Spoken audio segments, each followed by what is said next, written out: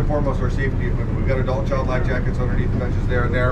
Our man overboard throwing is mounted up at the bow. Life rafts are on the upper deck as well as on top of the pilot house. And then the emergency escape hatch for the bunker was at the forward end of the bunker. If for whatever reason we needed to use that, emergency lighting will come on automatically. It'll illuminate the hallways. It will also illuminate the ladder. The hatch is directly above the ladder. It's not docked down in any way. It just pushes straight up and out.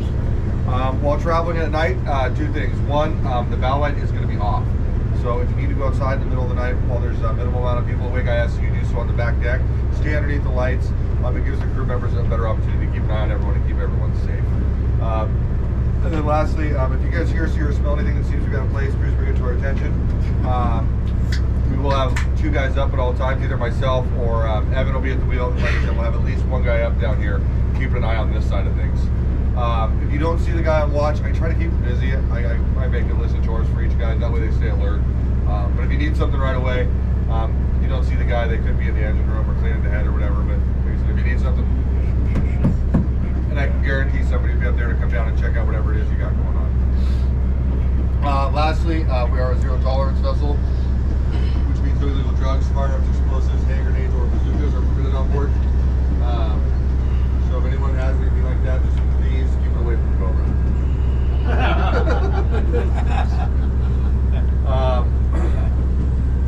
So like I said, Nick's your man in the galley. He'll have breakfast. We're not right around daylight. For breakfast, we're going to be doing burrito sandwiches and omelets. The omelets are pretty good if you like omelets. He makes fresh pico de gallo from scratch every morning for him. For lunch, I think he's doing cheeseburgers for lunch. That should be right around lunchtime. And then dinner will be right around dinner time, believe it or not.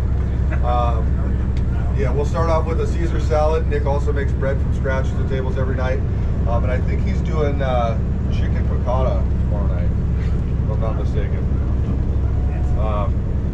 Getting hard to hear? Yeah. Sorry. Here, yeah, close that other one. It'll make it easier for you. There's just little latch right at the top. There you go. Anyways, anything you might eat or drink while on board will be kept on a running tab. Nick will keep tab of all the hot food. Over here is our self-service section. There's chips, candy, snacks. Behind the counter, there's soda, water, beer. If it looks like Nick's busy, or like right now, it looks like he's not back there, you're more than welcome to help yourself to whatever it is you're looking for. But do keep in mind, we operate on the honor system. There's a couple sheets mounted on the bulkhead right here. One tally mark in the appropriate column will keep everything straight. Excuse me. We keep track of everything by the number you signed in on the manifest. If you don't remember your number, it is circled on your receipt. If you lost your receipt and you don't remember, we've got a copy of the manifest right here on this clipboard. It's important you know that number because that's also going to be how we keep track of your fish as well. So when you get your fish, you're going to need to tell us that number. We'll square up our galley tabs about a half hour before getting in on, what is it, Tuesday morning? Is that when we come home? Yes, sir. 36 hours from now, more or less. Appreciate the guys' hard work. I'd appreciate it if you took care of them. There is 6 crew members, and they do split their duties equally between all 6 of them.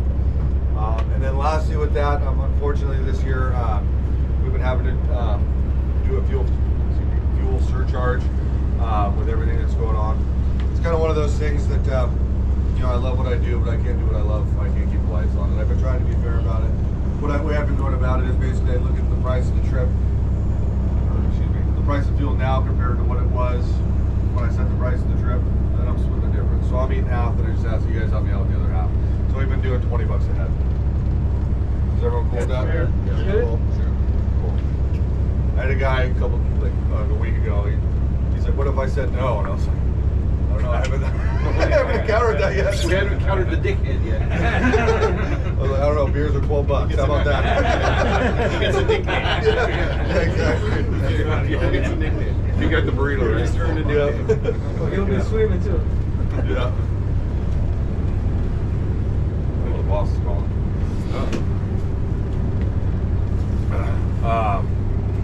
Where was I? Oh, okay. So when we get in on Tuesday morning, the first thing that we'll do is we'll unload all of our gear, similar to the way that we boarded it. After that, we'll unload the fish. The way that we pass out the fish, or the way that we get it to you guys, is we'll put it into dock carts, push the carts up to the top of the ramp, and then the boys will start calling numbers. 2 things with that. If you see your number sitting right on top of the pile in the cart, please don't reach in and grab it. Just because if you're number 14, there's also a number 14 on the Apollo, and the Aztec and the Endeavor. So I like the guys that make eye contact with everyone that walks away with the bag of our fish. just because, you know, by Tuesday morning they should have a good idea who was with us and who was not with us. And then lastly, stick around until each and every last bag of fish is passed out, because if you catch multiple fish or 2 different kinds of fish, they'll probably be in separate bags or in separate carts for that matter. So just to make sure nothing gets left behind, stick around until it's all been passed out. Any processing, any? Do you have a reservation with the processor? Are you kidding? Can't get a reservation. You can't get one then. Yeah, we'll be cutting on board though. We will be cutting on board. Yeah, yeah, because I know that they're backed up right now. All 3 of them. A good problem. Brandon does a good job.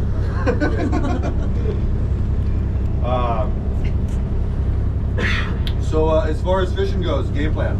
We're gonna do more or less exactly what we did on the last trip. It's actually a pretty good setup. There's some bluefin and yellowfin about 20 miles from home that we had some opportunity in on the dark. And then once the sun comes up, the tuna become a little bit harder to catch, but there is Dorado around, not that far away. Yesterday we never had a good kelp, but we had about 15 kelps for 2 to 7 fish, which, you know, put us at a good number. Just took a little bit of work, but there are some good ones around as well. So we'll do that during the day, and then once it gets dark again, or getting close to getting dark, we'll probably be working our way back in towards where that tuna is, and then doing that till about 10:30, 11 o'clock tomorrow night before we come home. What time tonight? Knife jigs? We're 20 miles away, so that's why I'm ripping through this, because I'm going to try and catch a nap before I got to stay up for 24 hours. Knife jigs, flat falls? Yeah, like 200 gram. 200 gram knife jig. Knife jig is the way to go. 4 or 5 hours from now? 2 hours. Okay. Yeah, that's why I'm trying to make this quick.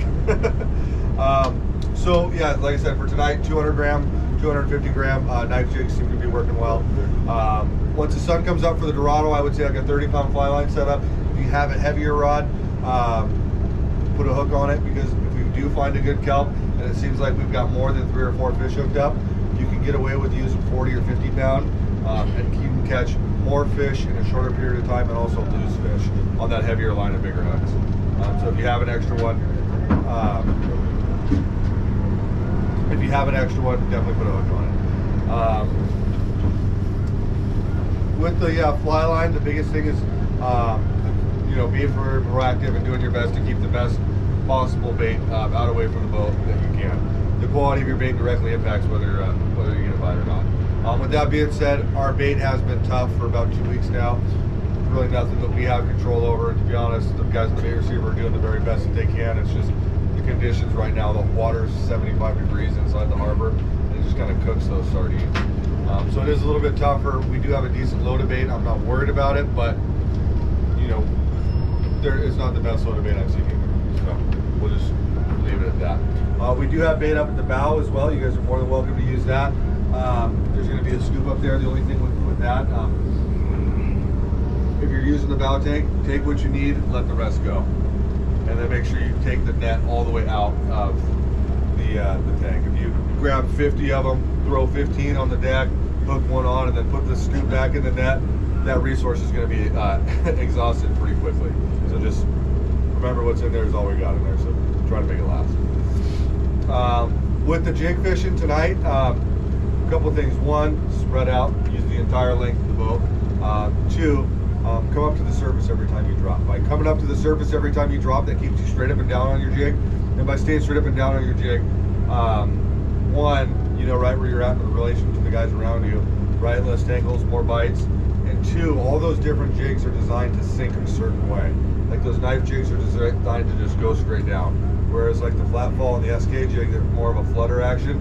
If you have a big belly in your line, it's going to affect the way that jig sinks, and you will get less bites on the sink. So, like I said, make sure you come up to the surface every time and stay up and down, straight up and down on that jig. And then lastly, if you do hook one on the jig especially, remember that the first minute or so of the fight is all about keeping the fish on. Don't worry about fighting the fish, just worry about what's going on around you, worry about keeping your line tight, worry about keeping a bend in the rod. After about a minute or so, then we can transition into getting comfortable and, you know, actually start the fight. But it's really important that you guys remember that the first minute or so of the fight is just about keeping them on. And then once we hit that 1 minute mark, then we'll transition to duking it out. Still the big ones at night? Or? You know, we caught everything from 10 pounds to 60 pounds last night. So 80-pound setup on a flat fall? Yeah, 80 should be fine. I mean, I'd probably fish with 100 if you got it, but if 80 is the biggest you got, you'd be fine. Yeah. And then, do you do a jackpot? No jackpot. No jackpot. No, yeah, guys were trying to pay their mortgage with it, so. Yeah, and every time somebody lost, it was always the crew's fault. So. Okay. We're good. Okay. We're good. Last thing, tangles. One thing. Tangles are inevitable. It's just going to happen tomorrow. If you find yourself in a tangle, it's a two-step process. The first thing I want everyone to do when you get in a tangle is take a deep breath. I know personally I make better decisions when I'm cool, calm, and collected. Is anyone else in here Italian? You know what I'm talking about. So, take a deep breath. Remember, everything's going to be okay. And then the most important part is communicate. Communication goes a long way. You know, for instance, if I'm a taller guy, or excuse me, if I'm a shorter guy trying to get over the top of a taller guy, right, you got two options. One, you can try and lift, or, hey, I'm coming over the top, right? It'll make it a little easier for you. Or if you hook a fish up at the bow that's swimming that way, right, you can drop a shoulder and try and mow everyone down. Or, hey, I'm coming down, and I guarantee you, you know, option B, you'll get back there a lot faster. So communication does go a long way. If you're gonna sleep, I want everyone to go to bed 100% rigged up tonight. That way we're ready to capitalize, ready to rock on any opportunity at any point. There's a lot that goes into what we do that we don't have control over, like the current, the weather, the bait, the fish. The only thing that we do have control over is our gear. So it's important that our gear is as good as it can possibly be. And with that being said, it's really unfortunate to lose fish to something that could have been prevented. Like a drag that's a little bit too tight, or maybe a knot that could have been tied a little bit better. So take advantage of the guys. They're back there right now. I know that they already started helping some of you guys. Take advantage of them. Ask those guys plenty of questions. If nothing else, at least have them check your drag. And then same thing goes for tomorrow. If you feel like you're struggling, if you feel like you might be doing something wrong, pull one of us aside. Let us help you out, because you know sometimes just small, minute tweaks in your gear do make the difference between getting a bite and not getting a bite. If your fly line and your hook is one size too big, you're going to have a tough time. You know, fishing tonight, if your jig is, you know, 100 grams too heavy, you're going to have a tough time. So, like I said, if you feel like you got something like that going on, please ask us for help. Let us get you back in the game and hopefully keep fish coming up the railing. All right, you guys got anything for me? Any questions? Thank you, sir. You're dismissed. Thank you. Thank you. Thanks, guys. We'll see you in a couple hours.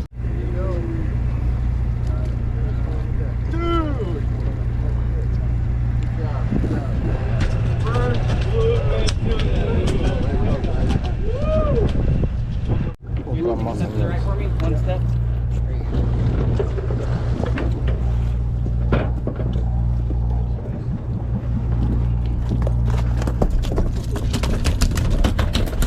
Watch that jig, guys. Watch that jig. I know.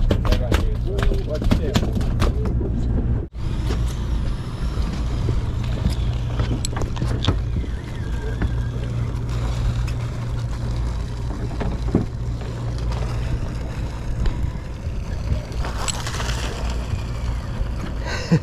It's a mat. There you go. Okay.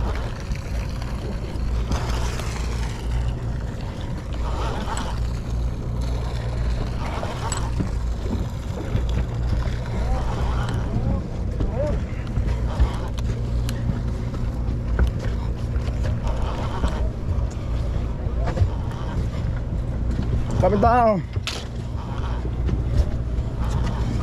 Coming down, guys. Coming down, coming down, coming down.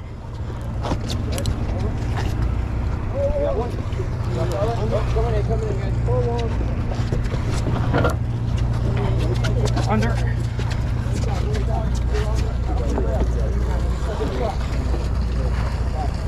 Got a line here, got a line here. Don't pull, I got a jig here. Don't pull up. Got a jig. Don't pull the jig, man.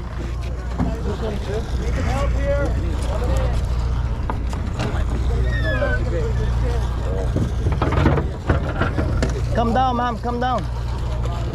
We're doing this one? Got it? Yeah. Freeze pull a little bit. Come down, coming down, coming down.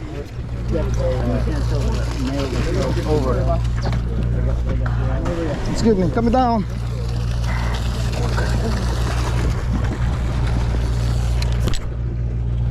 Alright guys, grab this rod. Got a bunch of jigs here. Keep going. I'm coming at you guys. Back up for me. I was lit. I was still on. That's the book. It doesn't feel like it's on. God damn it. Oh, well. Down.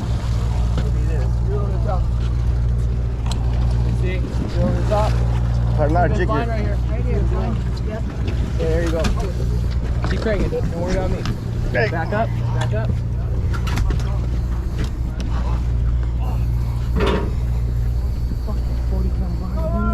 Come in. It's coming down, coming down, coming down, coming down, coming down, coming down.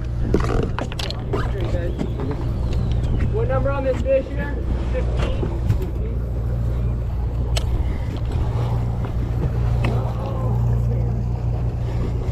Still there. Okay, you got it. You got gone. You got colors. You can get a half crank on it. Got the color now. Yeah.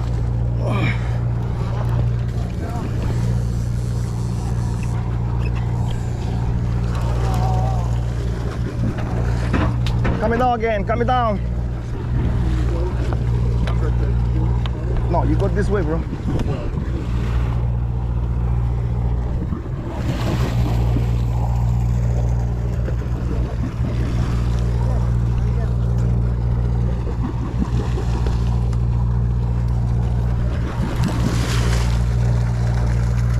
Get color. Abraham. I got the collar. Okay. Oh, you got him.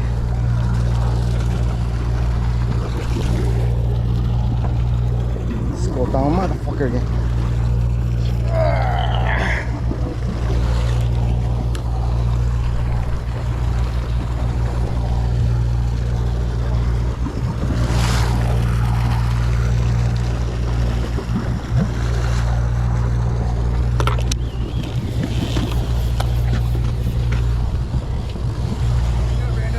Good.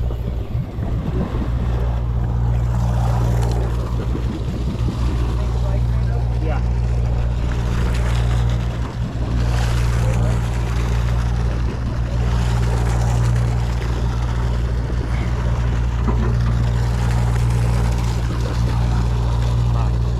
You want more? Yeah.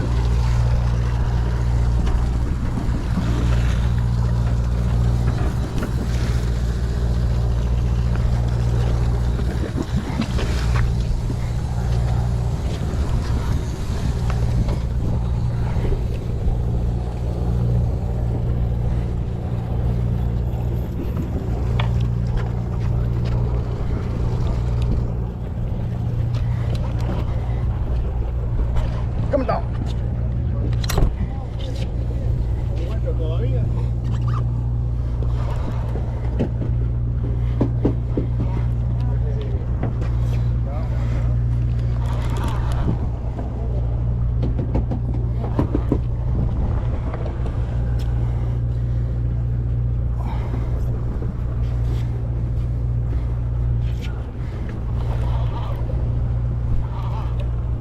Jesus Christ. Coming down, coming down, coming down, coming down, coming down. Coming down, guys.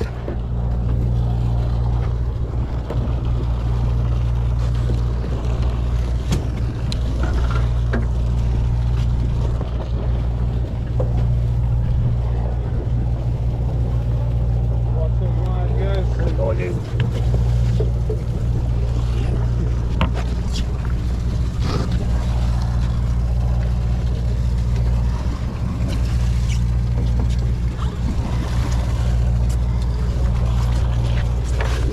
Stand up, stand up, stand up, stand up. Coming down, coming down.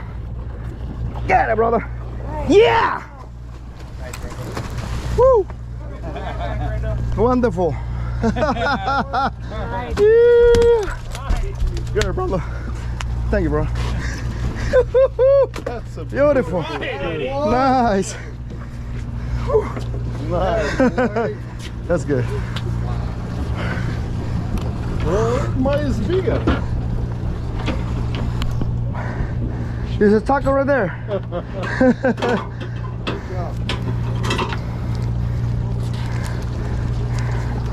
I got this, Brando. I don't know if it's the number. Watch for blood.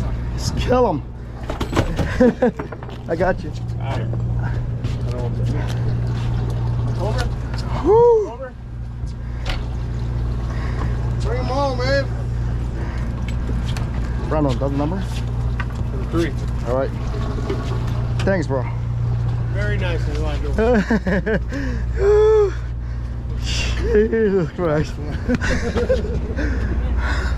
I was cold. I'm hot. I'm telling you, I said, hold this shit. I got the sweatshirt on. Oh my God. How big was it? Like 60. That's nice. Yeah. I was cold, but now I'm hot. Way to go, man. There you go.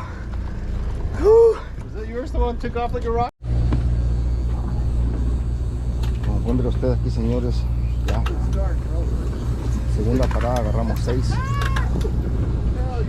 Pueden ver ustedes aquí.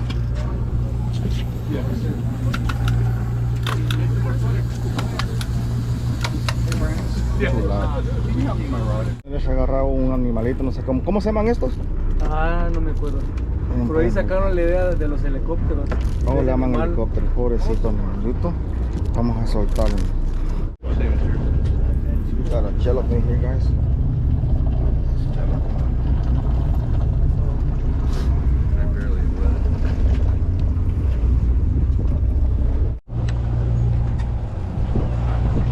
Got core here.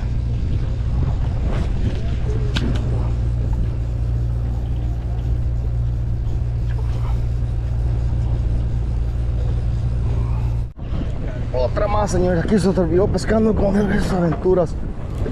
Keep your line straight, guys. No angle. Coming down, coming down, coming down. Boy. Your line right there. It will pick you up.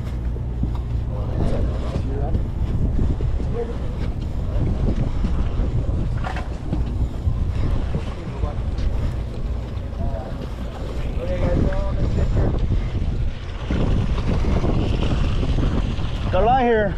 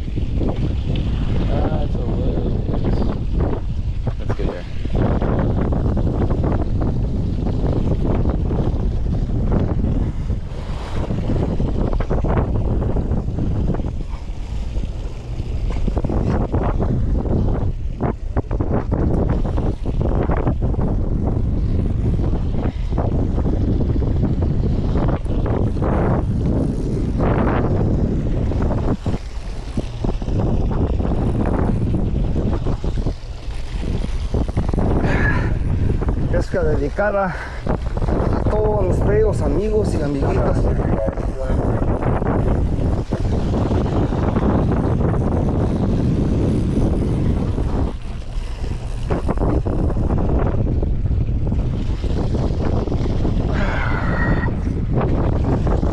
Yeah, number 2. Yeah. Oh yeah.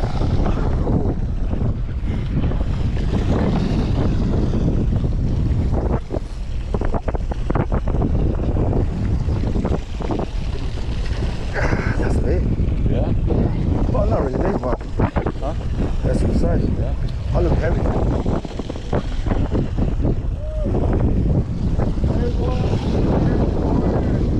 Coming through again, good here, guys. 240 feet. 150 all the way down. 280. Pescando con el Palen 800. Perfect. Yeah.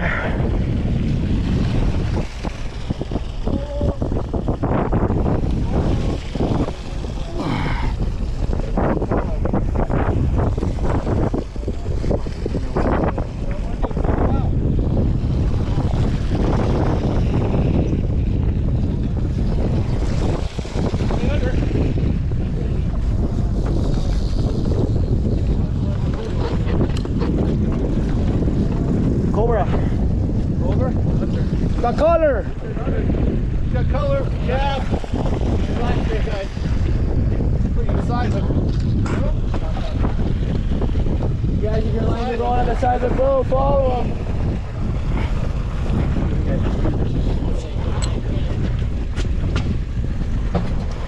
There you go. Yeah, baby. Good job. Woo.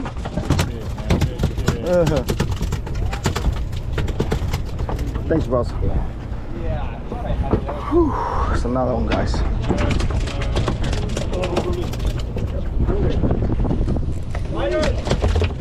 Fresh one? Alright. There you go. Let's drag him to the back here. Keep him straight, guys. Keep him straight.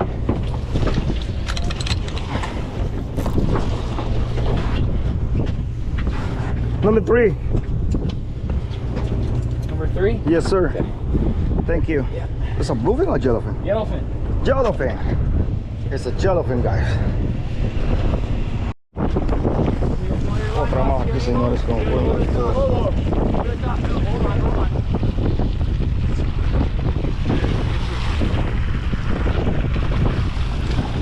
Really try to follow your lines there, guys.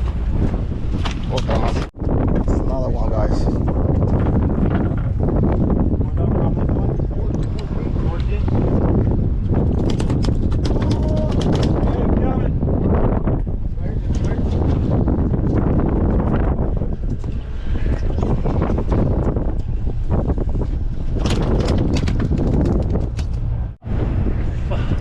There's another one here, guys. One more. Don't. Cobra, bring back. Pueden ver ustedes. Aquí. Es una yellowfin, señores. Bang! Woo! Beautiful, nice. Nice, Cobra. Woohoo! Aquí mi amigo Carlos agarró otra. Levántala, Carlito. No, la sacó de... ¿Ah? ¿La rata? No, la puedo poner acá. ¿La dejó ir? Sí. Pueden ver ustedes aquí. Yellowfin, señores. There's another one here. That's a yellowfin? We got 3, 6, 7 yellowfin, guys. Look at this. Beautiful morning. 4 o'clock in the morning. We got another one, guys. Yellowfin. Look at this. Nice.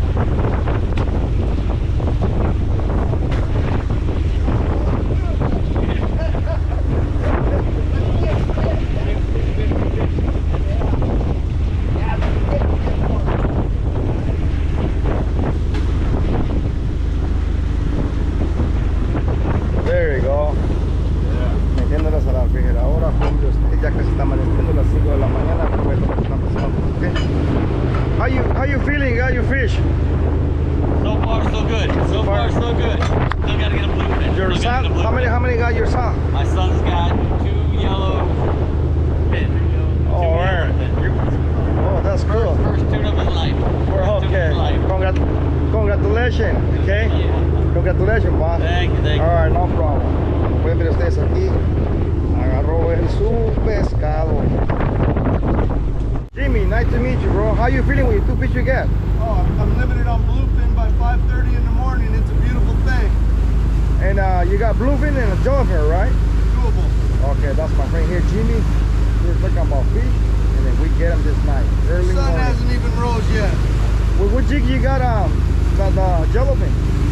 Look at this. Look at the jig you have, the solo. Look at this. And the reel is a pan here. What kind of rod you got? This is a Daiwa boat rod. Sea line. Nice rod, boss. Congratulations, okay?